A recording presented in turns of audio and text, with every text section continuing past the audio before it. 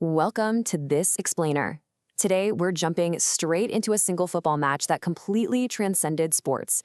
It's a game that fundamentally altered the psyche of two entire nations, and, believe it or not, actually birthed what is arguably the most famous sports uniform in the entire world.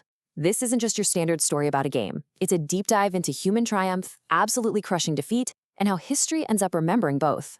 To really wrap our heads around the sheer scale of this story, let's start with a massive, mind-boggling number: 173,850. That right there is the official, record-breaking paid attendance crammed into Rio de Janeiro's colossal Maracanã Stadium back on July 16, 1950. Just think about that massive humanity for a second. It's like a small city packed into one building.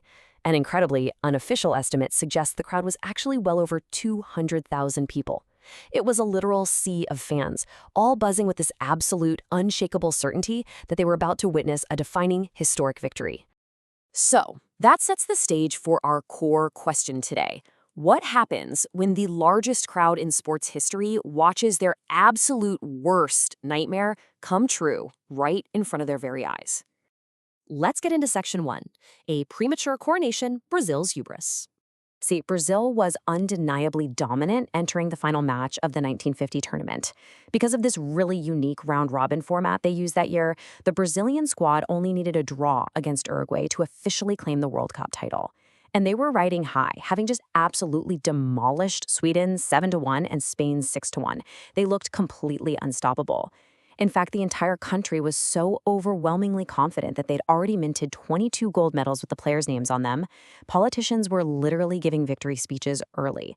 There was even a brand new victory song titled Brasil os Vencedores, which translates to Brazil the Victors, fully composed, rehearsed, and ready to be blasted the second the final whistle blew. The celebration wasn't just planned, it had effectively already started.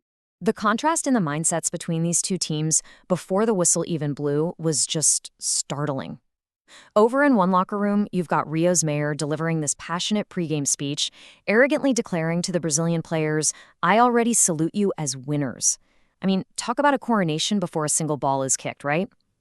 But then, over in the opposing locker room, you have the gritty, defiant focus of Uruguayan captain Obdulio Varela. He was completely disgusted by the local newspapers already crowning Brazil. So, Varela rallied his underdog squad with this legendary speech. He looked his men in the eye and told them, "Outsiders are just stick dolls. Let's start the show." They weren't there to just smile and participate in a parade. They were there to ruin the whole shebang. Which brings us right into Section 2, the Maracanã Smash, the ultimate tragedy. Let's track the emotional roller coaster of that fateful afternoon.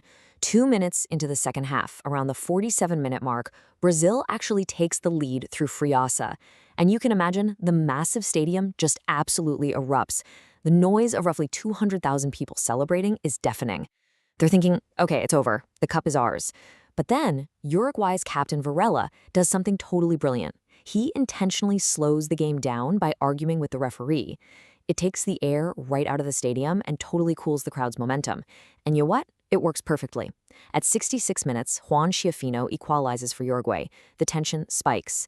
Then the unthinkable happens. At 79 minutes, Uruguayan winger Alcides Gigia races down the right side of the pitch and strikes a low, hard shot. When Gigia's shot hit the back of the net, those 200,000 screaming people fell into a deathly, traumatic silence. This 2-1 upset actually birthed a brand new word, the Maracanazo, or the Maracanã Smash. It permanently anchored itself into the cultural lexicon, standing forever as a synonym for a devastating, totally unexpected national defeat. The absolute certainty of an entire nation just vanished in a fraction of a second, replaced by a shock so profound it literally felt like a collective physical blow to the country. Moving on to Section 3, the man Brazil never forgave, a lifelong scapegoat. Now, for the Uruguayan winger Alcides Gigia, his near-post goal made him a mythic figure overnight. The guy who scored the winning goal became a walking, talking, living legend. He famously ranked himself alongside absolute global icons, stating only 3 people have silenced the Maracanã: the Pope, Frank Sinatra, and me. He became this widely celebrated hero, a guy whose footprints are literally immortalized in the Maracanã Walk of Fame, right next to Pelé's. He reached the absolute pinnacle of sporting immortality. But we really have to contrast that triumphant myth with the harsh reality of Moiser Barbosa, the brilliant Brazilian goalkeeper. Because he anticipated a cross and left a slight gap at his near post, he was blamed for the entire national humiliation. His reality was truly heartbreaking. Decades later, when reflecting on his life, he famously said, "In Brazil, the maximum penalty for a crime is 30 years. I've spent 50 years paying for a crime I didn't even commit." He essentially became a prisoner to a single split-second moment in time. Barbosa was completely ostracized. He was deeply and unfairly transformed into a lifelong scapegoat in a country that was honestly still grappling with its own racial complexities. Remember, he was the first black goalkeeper to have a really solid career in the national squad. The blame placed on his shoulders was heavy, and it was absolutely relentless.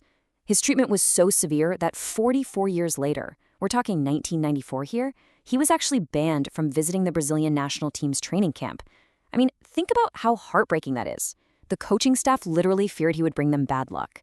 A legendary talent entirely shunned by the very institution he helped build. This takes us to Section 4, the birth of iconic yellow, a cultural rebirth. Did you know that before 1950, Brazil actually wore white shirts with blue collars? It's true. But after the Maracanazo, those kids were completely abandoned. They were deemed unpatriotic, severely tainted, and permanently cursed.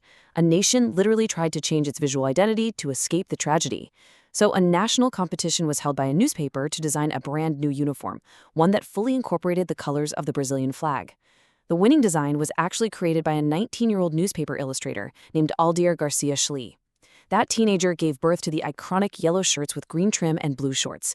It is the kit the world instantly recognizes today, this massive symbol of joy and footballing magic, and it was born directly out of profound national grief. Finally, let's look at Section 5, the Phantom of 50 generational haunting. You see, changing a shirt couldn't just erase the psychological scars. The trauma of that game created a lingering generational haunting known as the Phantom of 50. It wasn't just a loss on a record book, it was a deep scar on the national psyche. For decades after, whenever Brazil faced Uruguay on the pitch, an intense national anxiety would bubble right back up to the surface. It was this deep cultural dread, an irrational but completely undeniable fear, that the ghost of that 1950 defeat was hovering over the stadium, just waiting to strike again and rip their hearts out a second time. Astonishingly, it took 64 years and an arguably even worse on-field humiliation to finally shift the narrative. Fast forward to the 2014 World Cup, once again hosted by Brazil. The national team suffered a shocking, total collapse in a 7-1 defeat to Germany on home soil, a match that was instantly dubbed the Mini Arezzo. It was only after this modern, unimaginable disaster that the Brazilian media and Barbosa's own family felt his tragic 1950 legacy was finally somewhat redeemed. The nation kind of woke up and realized, there could actually be far, far worse humiliations than a hard-fought 2-1 loss in a final. Which leaves us with this final, lingering thought. If a single game can curse a color, ruin a brilliant man's life, and traumatize an entire country for 64 years, what does that say about the true, staggering power of sports? Think about that the next time you sit down to watch a final. Thank you so much for joining this explainer. We'll catch you next time.